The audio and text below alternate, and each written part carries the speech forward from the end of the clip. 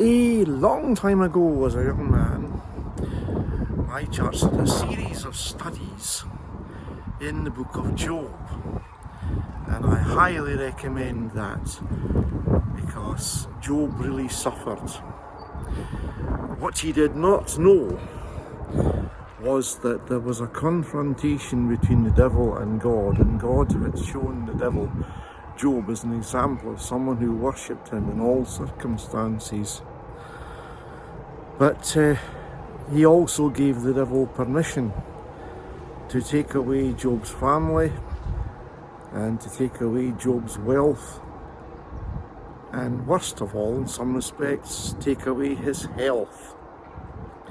And I think there's another thing that the devil did, or at least stood by and watched happen. You see, Job would be discouraged by the death of his family, his wealth would be removed, and his health, but he was also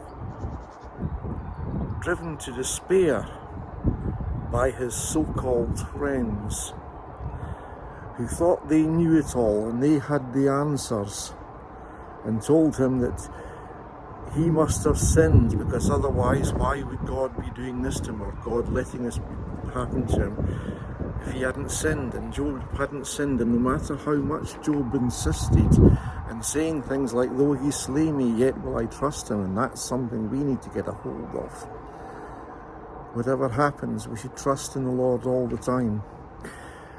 Well, his friends were wrong, and they caused him even more depression, in my opinion.